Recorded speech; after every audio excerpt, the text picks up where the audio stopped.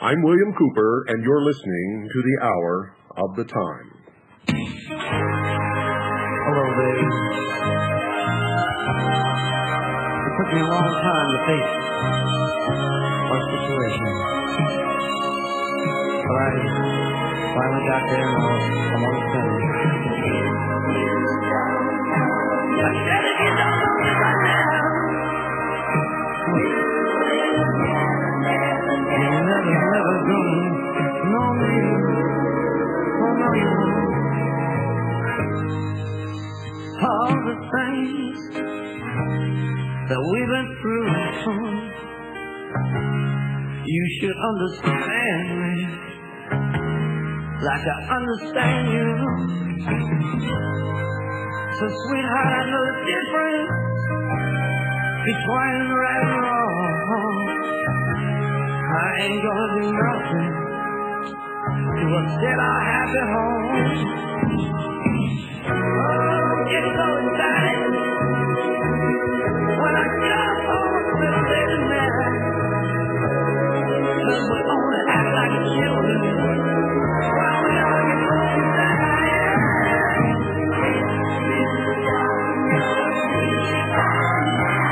Listen, baby,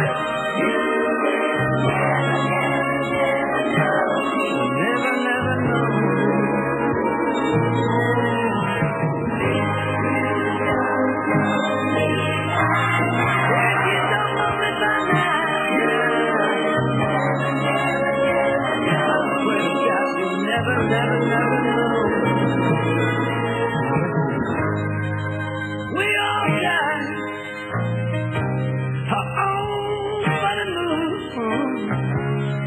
I've got mine, like a woman you got yours.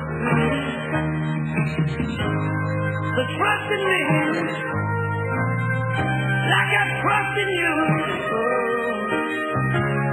For as long as we've been together, that should be so easy to do. Just get yourself together. All the night is well say goodbye. What good is this love affair? What we can't say.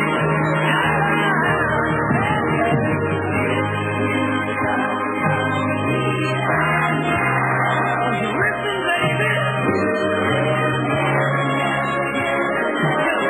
You'll never know me. Yeah.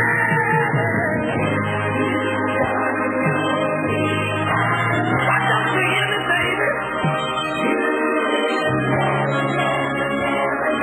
Think it's over.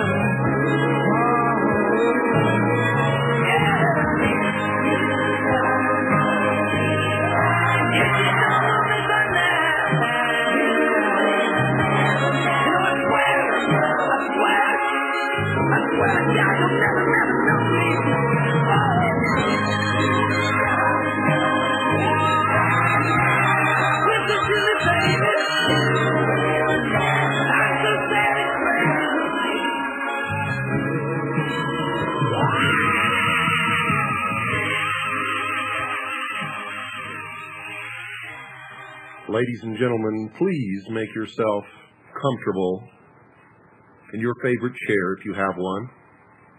Make sure that you have everything there with you so that you don't have to get up and walk out of the room during this program. For tonight, I'm going to do something that I've wanted to do for a long, long time. And until this radio program became a reality, could probably never have done. And ever since May the 4th, 1992, I've been thinking about this moment, trying to formulate in my mind exactly what it was that I would say to all of you.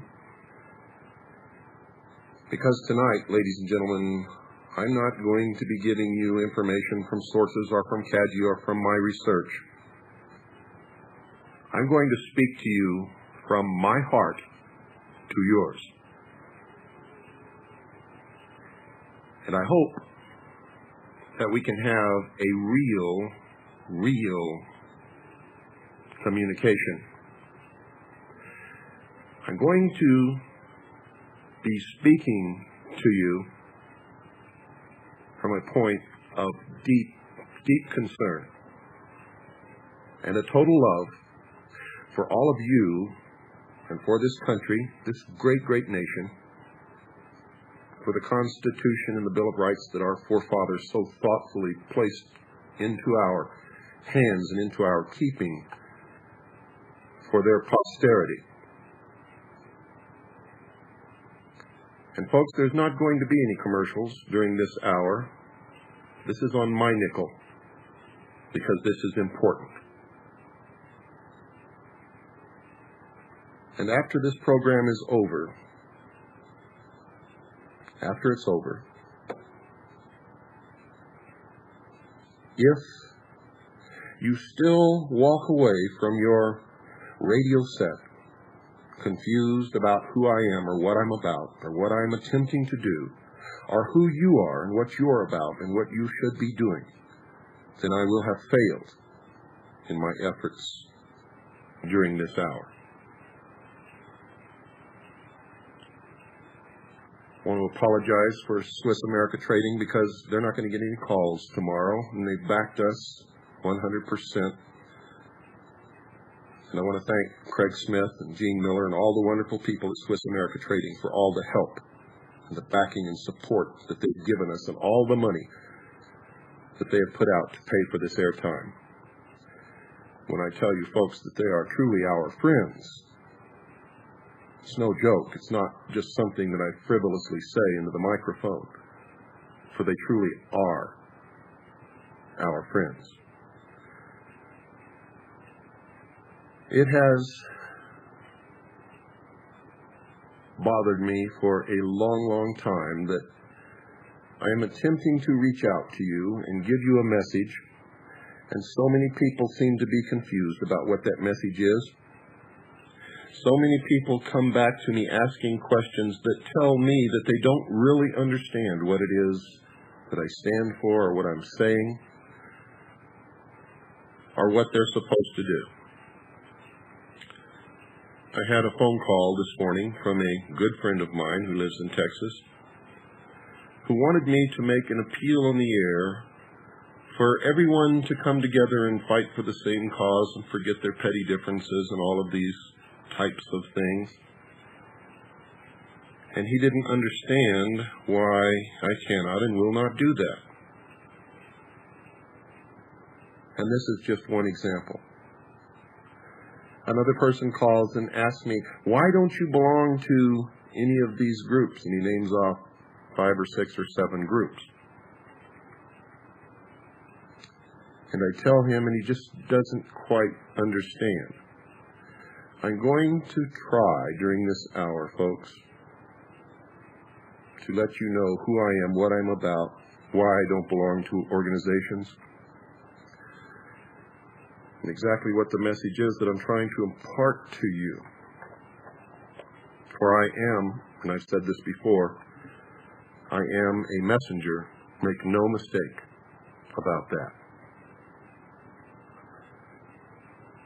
Now, to give you some example of the type of confusion that's out there, I am called an anti-Semite by Jewish people,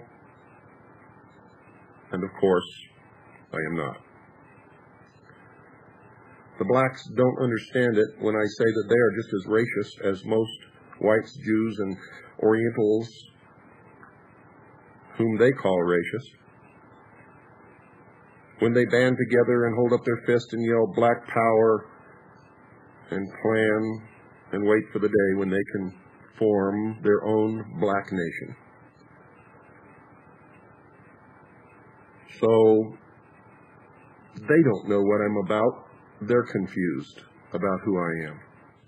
I received a letter the other day from one of the leaders of the Aryan movement who claims that I have attacked the Aryan race. And he is wrong. For in my message that we are all one people and that the enemy is dividing us to conquer us, they all misinterpret my message. You see, if I don't come out for the white Aryan racist point of view, then I must be anti-Aryan, and that is not true. If I do not support the blacks' goals of bringing together a black nation, then I am anti-black, and that is not true. If I print the protocols of the wise men of Zion in my book, then I must be anti-Semitic, and that is not true. Most people, when they read my book, they read it selectively, and it must be read word for word from beginning to end with nothing omitted, for the book flows and everything leads into everything else. For those of you who may be Jewish, I specifically stated in my book that I believe that the protocols of the wise men of Zion are, if not in its entirety, at least partially, is made up of the plan that's being used to enslave us all. I state in my book that it was not written by Jews, and the document itself confirms that for people who can use their intellect and knows anything about Jews. I used it as an example in my book as how the plan to manipulate us all into the one world totalitarian state could be suppressed by those whom the plan intends to enslave or eliminate, simply by making the document appear to have been written by those people. In my book, I talk about the manipulation of blacks. I talk about the fallacy of a master race, which is what generally the Aryans believe. And on this radio show, I've attempted to impart to you that those of you of the Christian faith who believe in the identity movement are wrong. You see, either Christ's ministry obliterated and superseded all that came before, or it did not. You cannot selectively say that Christ superseded some things and did not supersede others. Either the New Testament replaced the Old, or it did not. If you are a Christian, of course, if you are a Jew, then it makes no difference whatsoever, for you have always stuck with the Old Testament. And I heard the other night, I believe it was Pastor Bob, stating that he had seen on television 3 Jewish rabbis, very famous Jewish rabbis, he stated, who claimed that they had never read the first 5 books of the Bible. And he was probably correct in what he said, but he certainly misinterpreted, because you see, the Jews do not read the Bible. The first 5 books of the Christian Bible is, in fact, the Torah. The Jews read the Torah in the original Hebrew. And they have no need nor desire, according to the tenets of their religion, to ever read the Bible or the first 5 books of the Bible. Every young man of the Jewish faith, while he is a young man, must study the Torah, which is the first 5 books of the Christian Bible. While he studies the Torah, he's being prepared for what's called the Bar Mitzvah, or his coming into manhood. at his bar mitzvah, he recites from the Torah. So while Pastor Bob certainly was correct in that the Jews do not read the first 5 books of the Bible, and the first 5 books of the Bible are their Torah, he misinterpreted it to mean that they never read those books at all. In fact, ladies and gentlemen, they read a better book. They read the uncorrupted Torah that has not been perverted in translation over thousands of years, and they read it in the original Hebrew. Now, that's not to say that I'm putting any kind of stigmatism on the first 5 books of the Christian Bible, beginning with the book of Genesis. But you have to understand that in the process of translation into English by different authorities over the years, the meanings of some words have been changed. The meaning of the message that Pastor Bob was delivering, and I believe that he was doing this sincerely from his heart, according to his understanding, was that the Jews are not the true Israelites, that they don't even read the first 5 books of the Bible, that they go by something else. His message was flawed because it was not true, and it was not true because he does not understand anything about the Jewish people. Now, don't get me wrong, folks, I'm not Zionist. I am not for or against Israel. I believe Israel should stand on its own 2 feet. And if it survives, it survives. If it does not, it does not. Period. Israel does not support me or these broadcasts.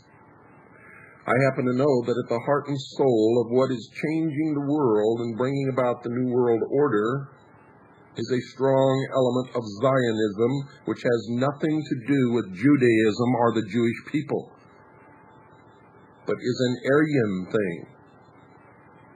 You see, the Aryan racists believe that they are a master race, that they are the true Israel.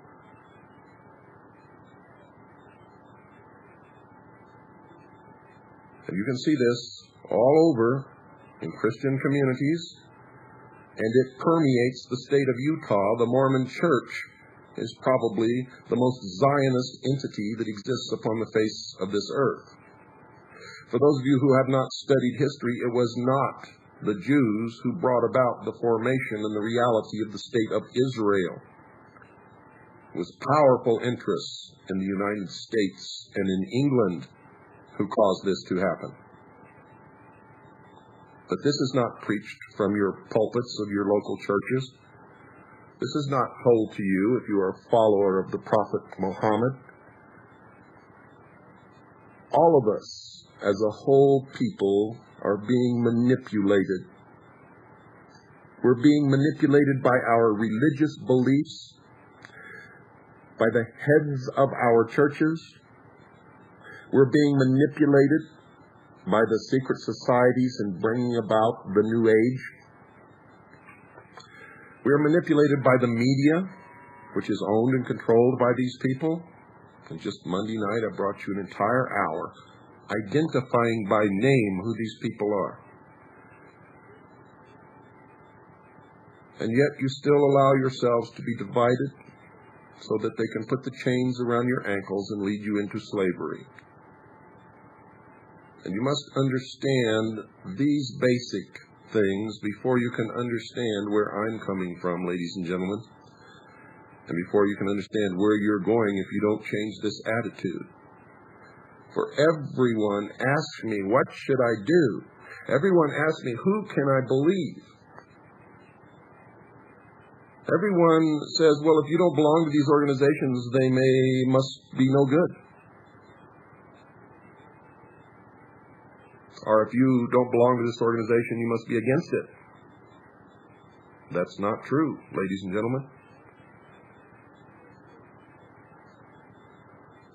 The strength of the American people has always been in their fierce independence.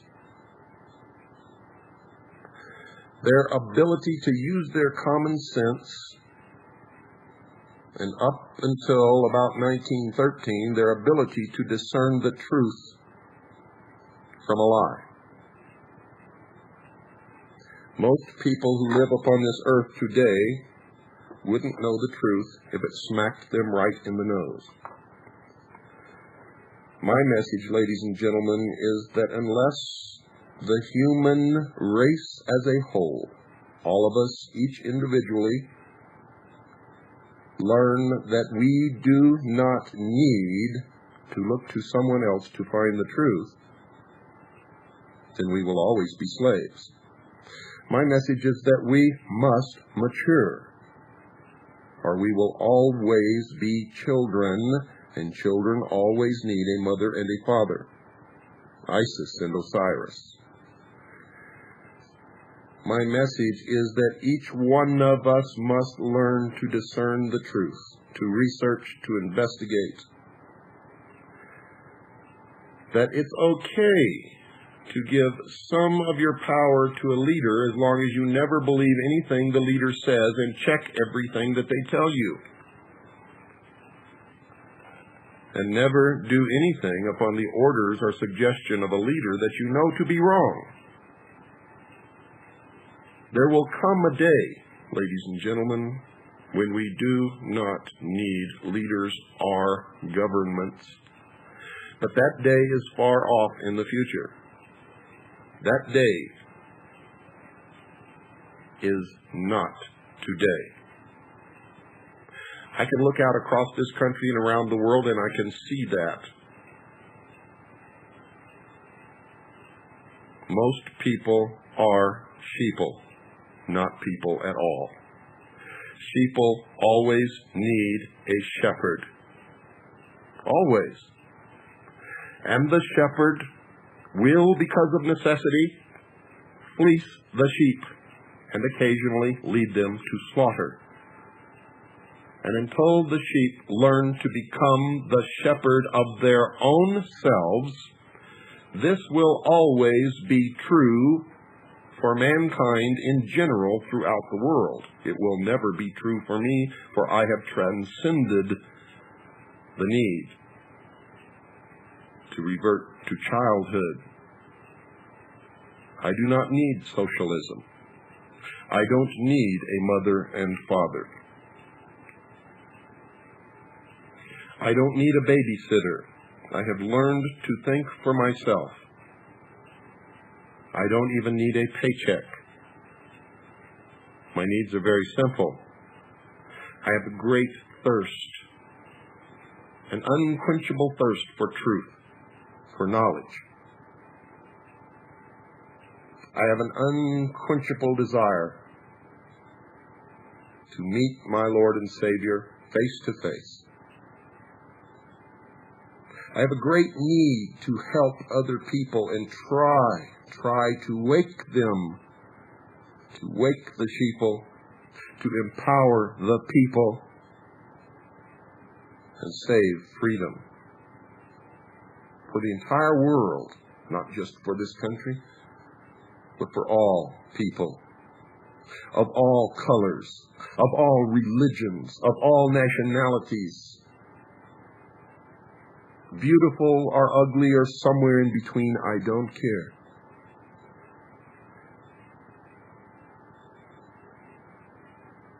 I have this great feeling of compassion and understanding for those of you who are asleep and who cannot wake up. And I realize and understand that some of you never will,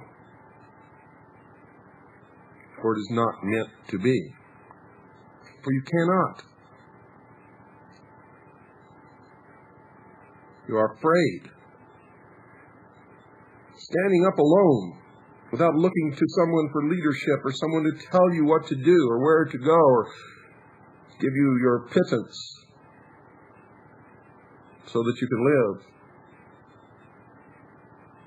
is a very scary proposition for most people. But at the same time, it is the only means of salvation upon this earth for the human race, until God decides to unfold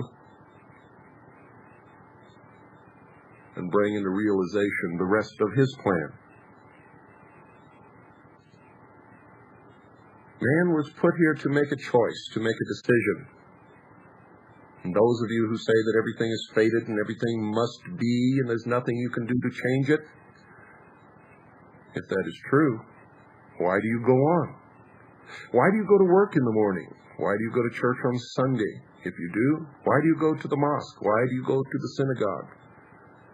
Why do you bother? If everything is fated, it's going to come to pass no matter what you do. Why do you try to convert someone from an evil life to a good life? If everything is fated, that's their fate. Leave them alone. You see, on the one hand, you say you believe this, and on the other hand, you demonstrate to me that you don't believe it at all. That it's an excuse why you don't have to be responsible.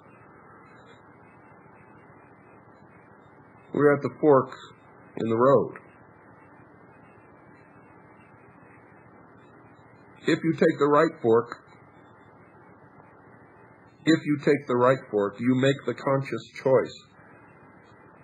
You have chosen to side with God in good, and you've chosen to take whatever consequences that decision entails, and that you must live your life in the faith, and that you must do as Jesus Christ taught us to do. Love thy neighbor as thyself, but you must still fight against the enemies of good. You must take a stand.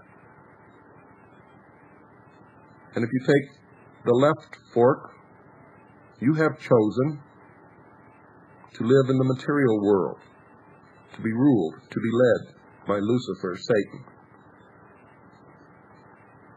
You have chosen to live your life by your works,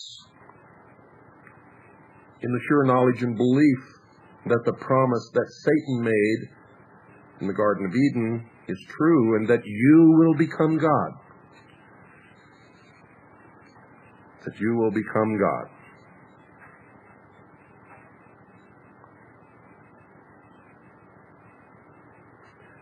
Now, ladies and gentlemen, it matters not to me which choice you make, except that I wish you the best. And the best is the right choice, the right fork in the road. I have made my choice, and I am standing on God's battlefield, fighting this battle here. And if you take the left fork, I will feel sorry for you, but I will strike you down when it is required. For you have chosen the side of my enemy, of the enemy of God. And if you come against me on this battlefield, I must, of necessity, to fulfill my destiny, strike you down. It's that simple. It is that simple, ladies and gentlemen. There's nothing complicated about any of this. We're in a great struggle between the forces of good and the forces of evil upon this earth. It is the spiritual world, those who live by the law of God and by faith, those of the water of life, against those of the priesthood of the God of fire, Lucifer, of the material world, who live for things, for works. These two worlds can never be reconciled. Never.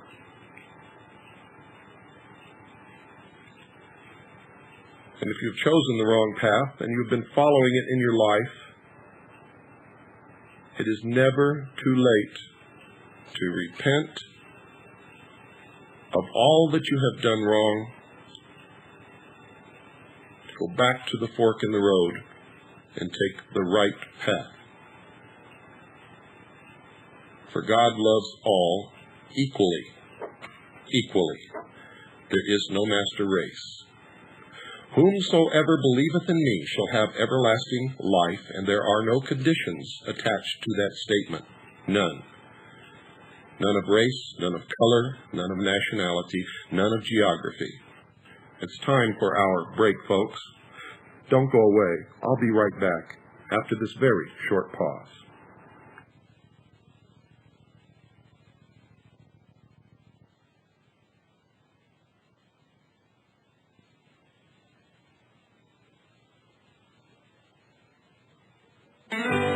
This ain't coming from no prophet,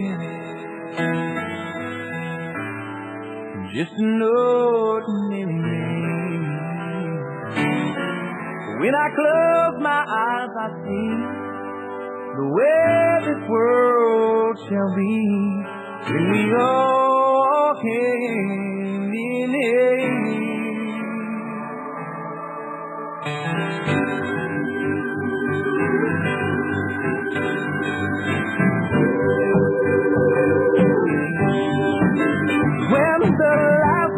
Cry for a crust of bread when the last man dies, for his words that he said when there's shelter over the forest hedge. We shall be free. The last thing we notice is the color of skin, and the first thing we look for is the beauty within. When the skies and the oceans are clean with gauges, then we shall be free. We shall be free. We shall be free. And say, walk round. We shall be free.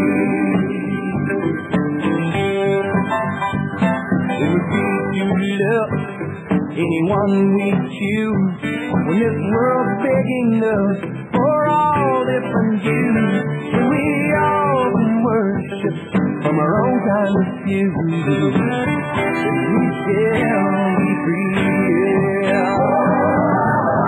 We shall be free. We shall be free. Have a little faith. Hold down. We shall be free.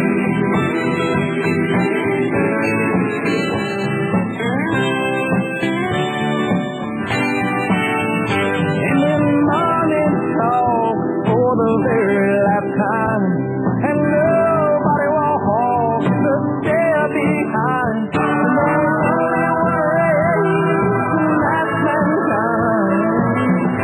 we shall be free. We shall be free. We shall be free. And faith, have a little faith.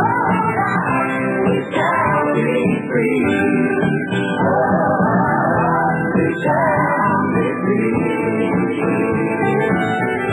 We shall be free.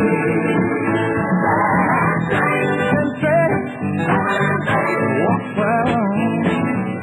We shall be free. We shall be free. We shall be free.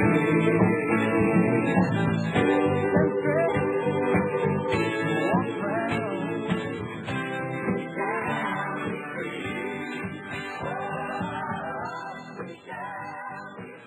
Ladies and gentlemen, Delamar Duveris once said, "One basic truth can be used as a foundation for a mountain of lies, and if we dig down deep enough in the mountain of lies and bring out that truth to set it on top of the mountain of lies, the entire mountain of lies will crumble under the weight of that one truth.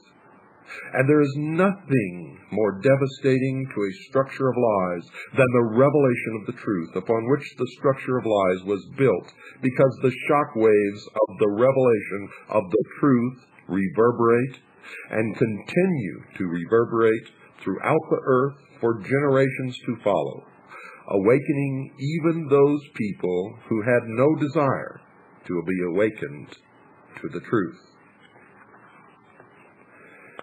Now, folks, there have been many related sequential coincidences all throughout my life. Incidents that by themselves would have led nowhere.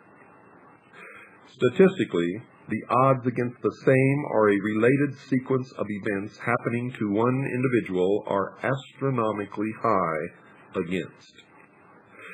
It is this series of incidents that have convinced me that God has had a hand in my life. I do not believe in fate. I do not believe in accidents. I cannot and will not accept the theory that long sequences of unrelated accidents determine world events. It's inconceivable that those with power and wealth would not band together with a common bond, a common interest, and a long-range plan to decide and direct the future of the world. For those with the resources to do otherwise would be totally irresponsible. I know that I would be the first to organize a conspiracy to control the outcome of the future if I were such a person and a conspiracy did not yet exist. I would do it in an attempt to ensure the survival of the principles in which I believe, the survival of my family, my survival, and the survival of the human race, if for no other reason.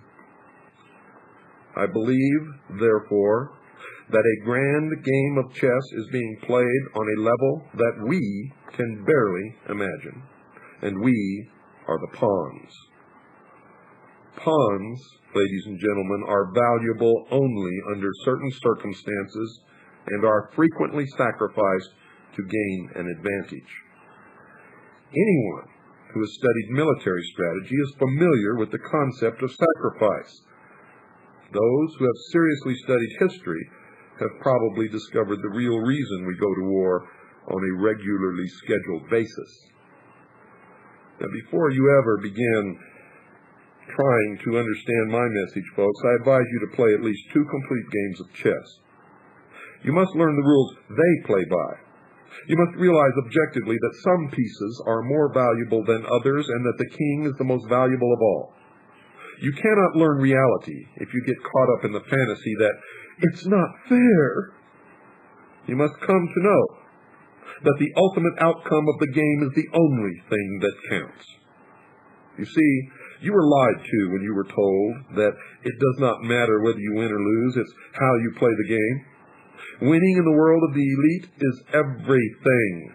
Indeed, ladies and gentlemen, it is the only thing. The power, elite, the priests of the mystery religion of Babylon intend to win. My research has shown at this point that the future laid out for us may be just about impossible to change. I do not agree with the means by which the powerful few have chosen for us to reach this end. I do not agree that the end is where we should end at all. But unless we can wake the sheeple, nothing short of civil war will stop the planned outcome. Now, folks, I base that statement not on defeatism, but on the apathy of the majority of the American people. 25 years ago, I would have believed otherwise, but 25 years ago, I was also sound asleep. We have been taught lies. Reality is not at all what we perceive it to be. We cannot survive any longer by hanging on to the falsehoods of the past, no matter what they are. No matter what you think you believe, you must confront reality now at this point in history, or you are lost. Reality must be discerned at all costs if we are to be a part of the future. Truth must prevail in all instances, no matter who it hurts or helps, if we are to continue to live upon this earth.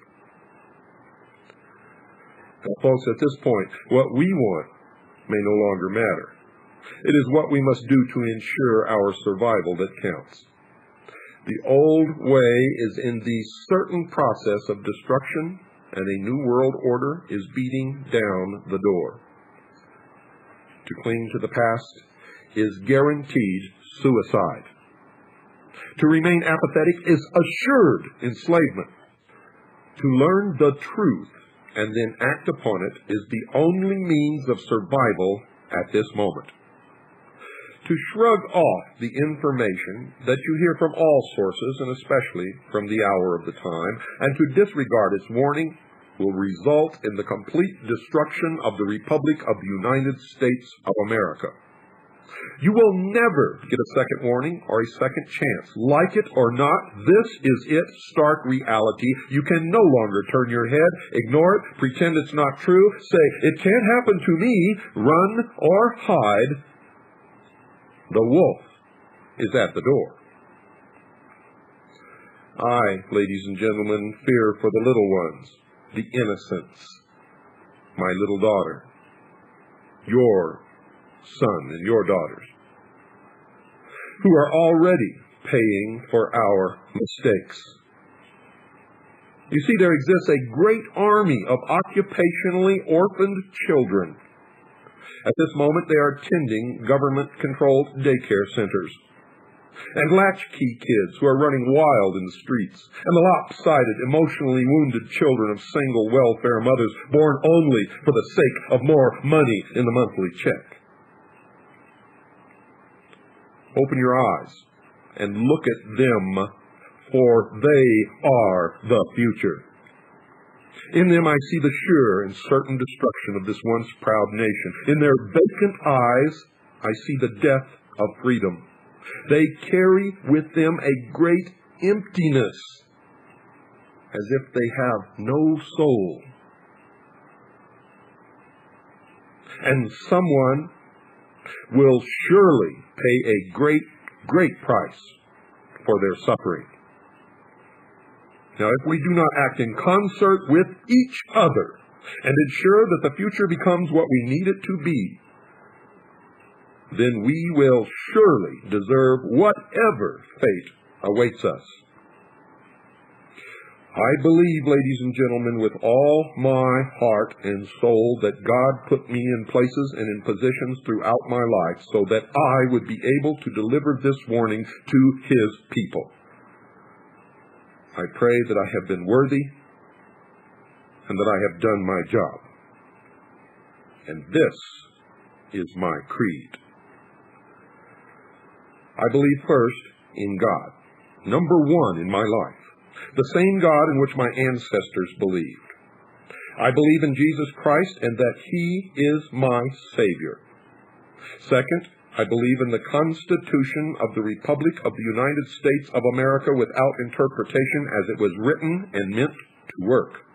For it is the only document in the history of the world that ever set anyone truly free. And no one else upon the face of this earth has ever lived as free as those of us who have lived under the Constitution and the Bill of Rights of the United States of America. I have given my sacred oath to protect and defend the Constitution of the United States of America against all enemies, foreign and domestic. Ladies and gentlemen, I intend to fulfill that oath. Third, I believe in the family unit, and in particular, my family unit.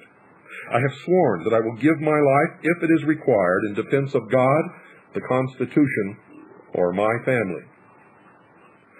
And fourth, and I hope you listen to this very, very carefully. Fourth, I believe that any man without principles that he is ready and willing to die for at any given moment is already dead and is of no use or consequence whatsoever.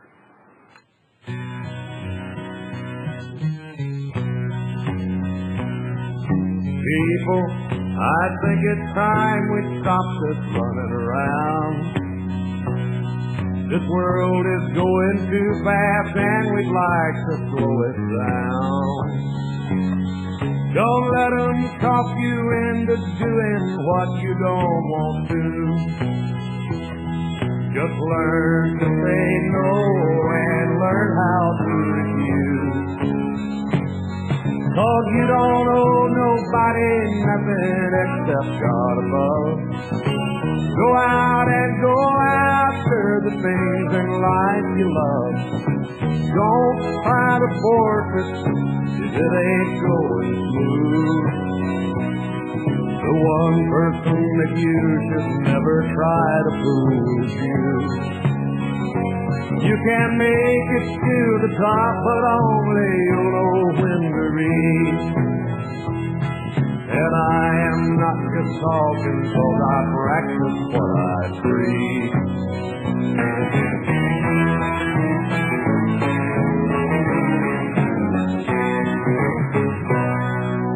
Maybe you don't do all the things you're supposed to. Your boss gives you a job you hate, but you smile, that's the rule. You see yourself playing the game and it's rubbing you wrong. Oh, you don't know how much more you'll take, how long can it go on? Well, you don't owe nobody nothing except God above. Go out and go after the things in life you love. Don't try to force it if it ain't going smooth. The one person that you should never try to fool is you. You can make it to the top, but only you'll know when to reach. And I am not just talking, I practice what I preach. No, I am not just talking, 'cause I practice what I preach.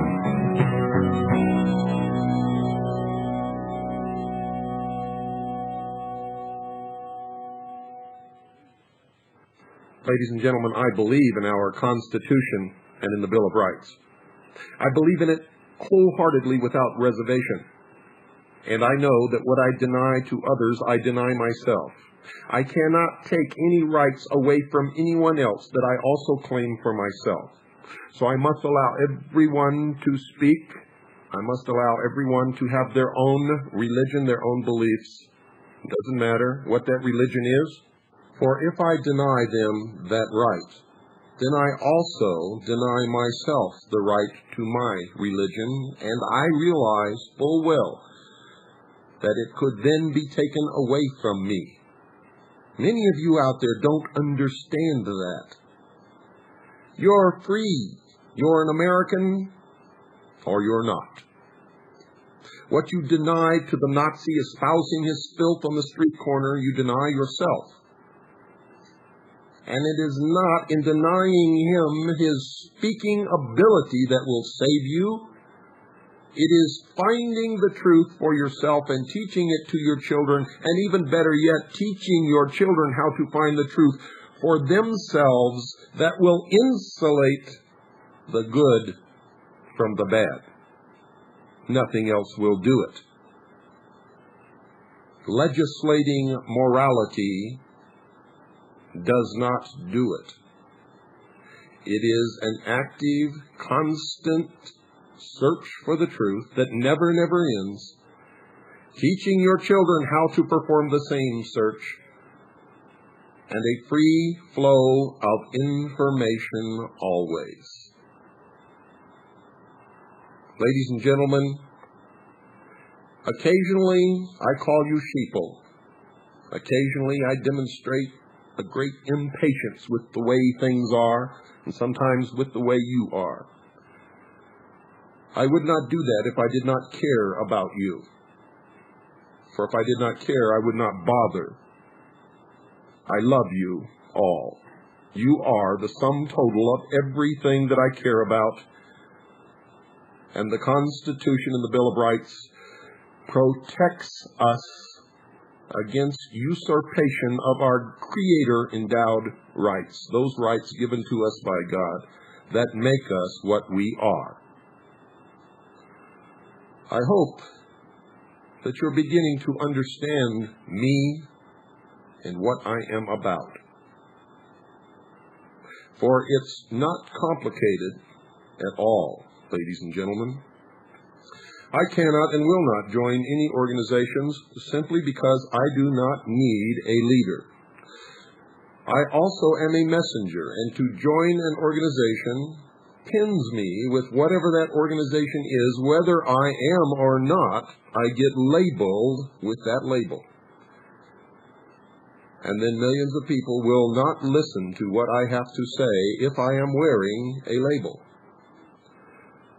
So while many Jews may think I'm anti-Semitic, and many blacks may think I'm anti-black, and many Aryans may think I'm anti-Aryan,